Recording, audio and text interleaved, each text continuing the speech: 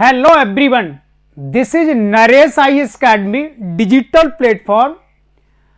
This is my effort to provide concrete and accurate information for IAS Mains exam and Civil Service Mains exam. We cover each general studies question paper in 20 days through the offline classes. Now I have decided to present each question paper through the YouTubes within the 20 days, so that you can take help from these videos and can ensure the right direction for your preparation. You may contact for the offline classes. We are running at the Jaipur center, and this is the topic 1 from the general studies question paper 2, and I will provide a synopsis how to cover each topics, so that at the time of exam we can revise and we can accumulate all the information within some pages. Definitely this help at the last time before some days of the examination. So I think it may be valuable or helpful for you. The topic 1 is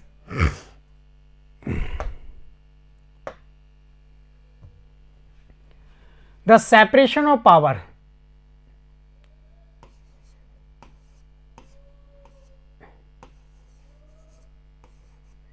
Separation of power,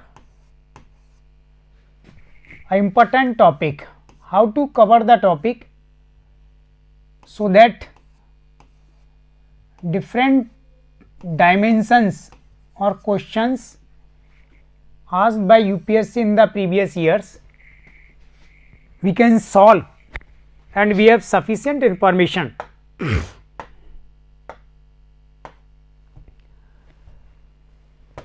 We can classify the topic under the 3 heads. One is the basis of separation of power.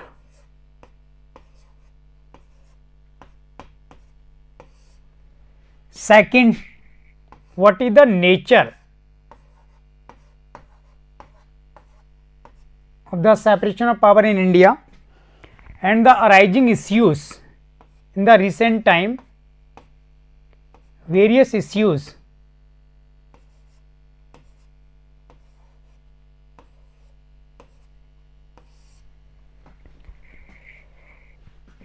There are 2 main bases of the separation of power here. One is its philosophical basis, or second is constitutional basis.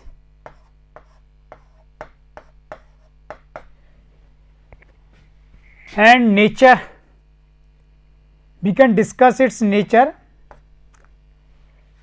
as the absolute nature,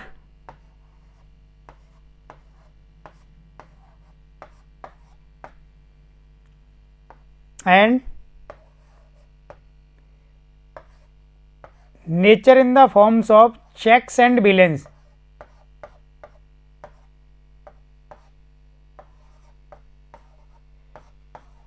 Checks and balance.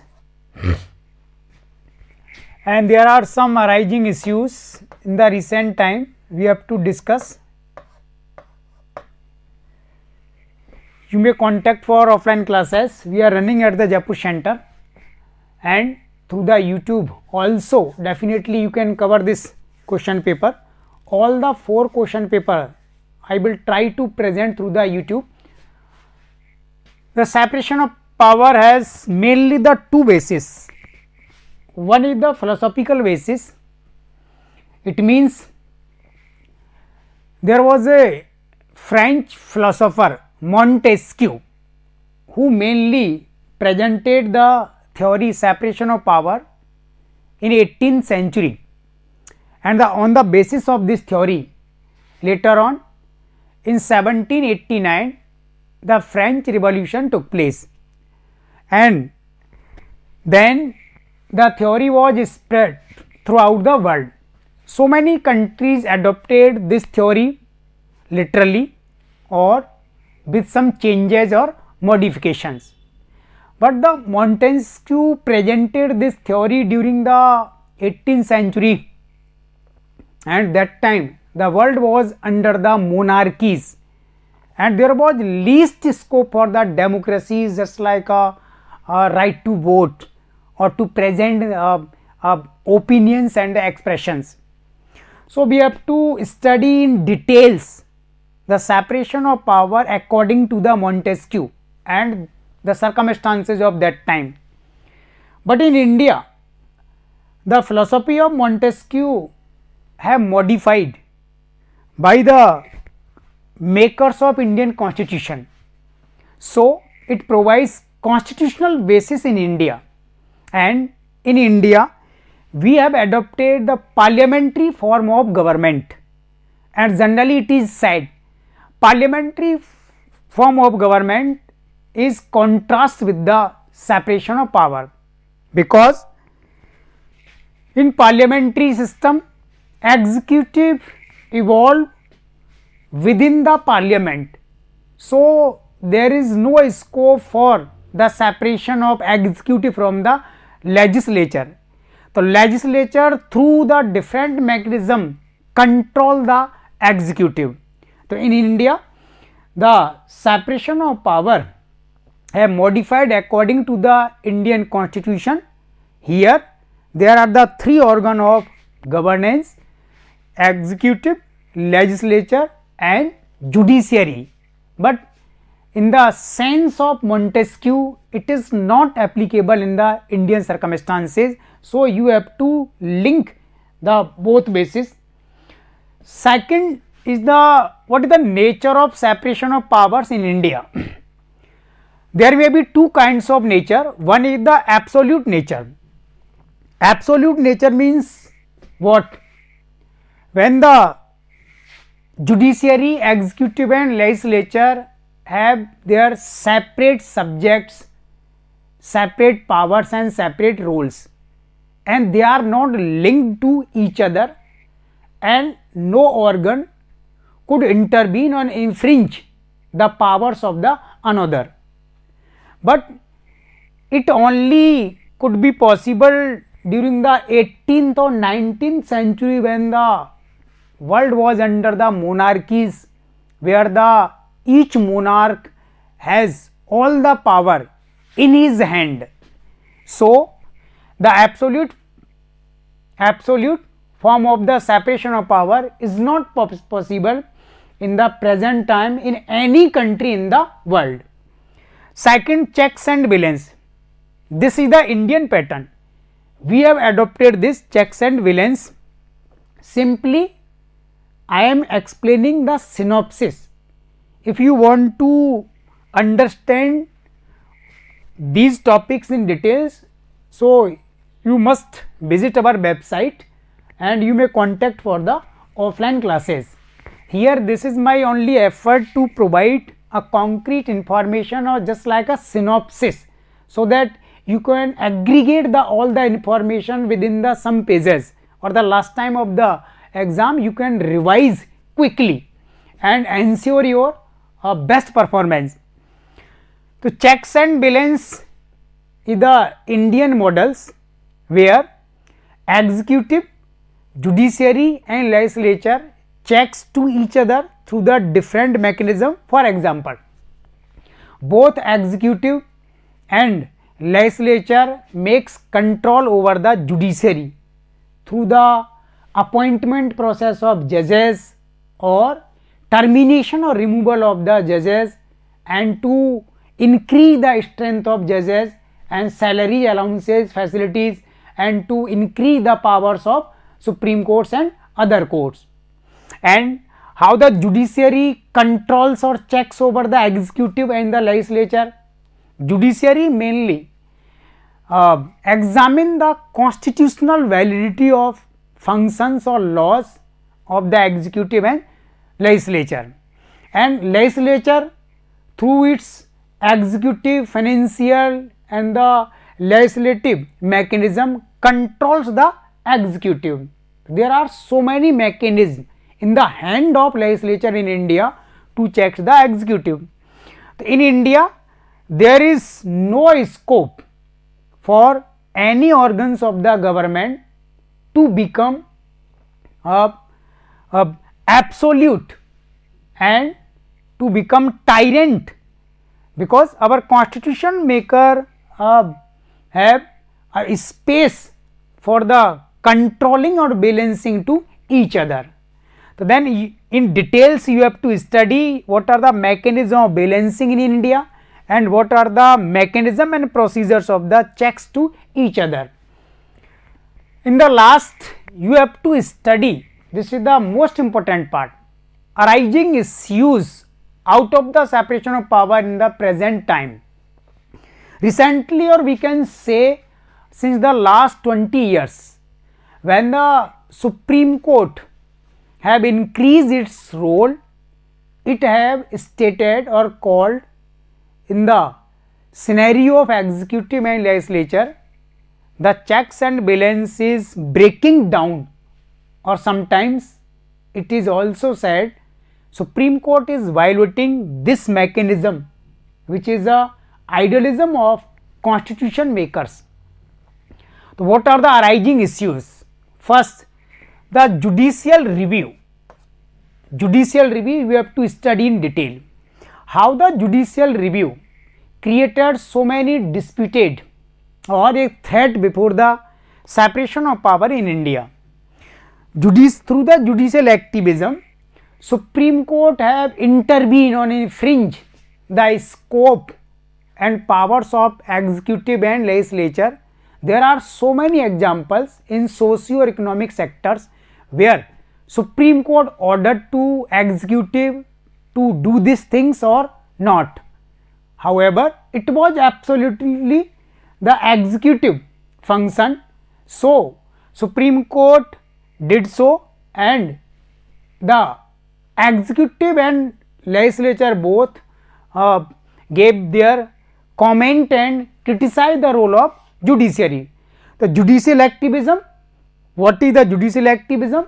How the judicial activism have created threat and challenges, and how can we control the judicial activism? What is the scope before the executive and legislature? Because in the future, if the Supreme Court is continuously increases its role through the activism, then definitely we have to mark a line to stop this activism. Second, the judicial legislation. You know, in India the separation of power is working under this checks and balance. Here the legislature, the Indian Parliament is liable to make laws and it is the apex body of lawmaking, while the executive is accountable for the execution of these laws, and judiciary finalize the laws and checks or examine their constitutional validity. But recently it have seen Supreme Court have adopted role as a judicial legislation. However, it is not within the boundary of or powers of the Supreme Court. The mainly judge made law, the judicial law.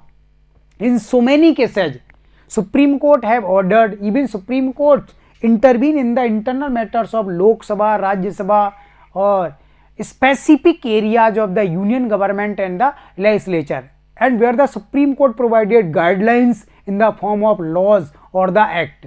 So it is directly violation of the powers of these organs. The judicial legislation you have to study in detail. Third is the PIL, public interest litigation.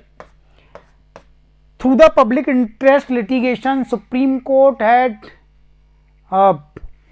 modified its role or have adopted a proactive role. We can say the proactive role through the PIL. Supreme Court order in those areas were not appropriate. However, Supreme Court did so. So then PIL now pressurizing or bounding the Supreme Court to encroachment or for violation the powers of executive and legislature. So then what is the scope of PIL? In what areas Supreme Court can order on the basis of PIL, or could these orders be related to the specific powers of the executive or legislature? This is a matter of dispute in India. And last, this is the basic structure theory. It means in India now Supreme Court is trying to establish its domination or supremacy over the executive or legislature, because there was no concept of basic structure theory in Indian constitution. But after the 1973 case, Anand Bharti case, Supreme Court not only have evolved, but also Supreme Court ordered, one-sided ordered to executive or legislature not to cross this limit. So how can we say this is maintaining checks and balance in India? The position of Supreme Court definitely have become at a climax and at the top, and while the executive or legislature are feeling threatening from the Supreme Courts or the judiciary. So the Supreme Court definitely must play a vital role. The role of Supreme Court is necessary for socio-economic grounds of the country, but Supreme Court must realize what is the scope of these orders and relationship within the boundary of constitution. Supreme Court should not try to acquire role just like a custodian or guardian of constitution. This is simply a theoretical aspect. It means only you can examine the constitutional validity. So how can actualize these applications in the field of executive and the legislature? So this topic you must cover under these dimensions. Definitely I can say you can now able to answer all the questions of the previous year, and now you can make your mind when you will enter, when you will face the interview board. Definitely such kinds of practical aspects are generally asked. So what is your opinion, the role of Supreme Court, relationship with the executive and legislature? So you must try to understand all the aspects. Okay, thank you.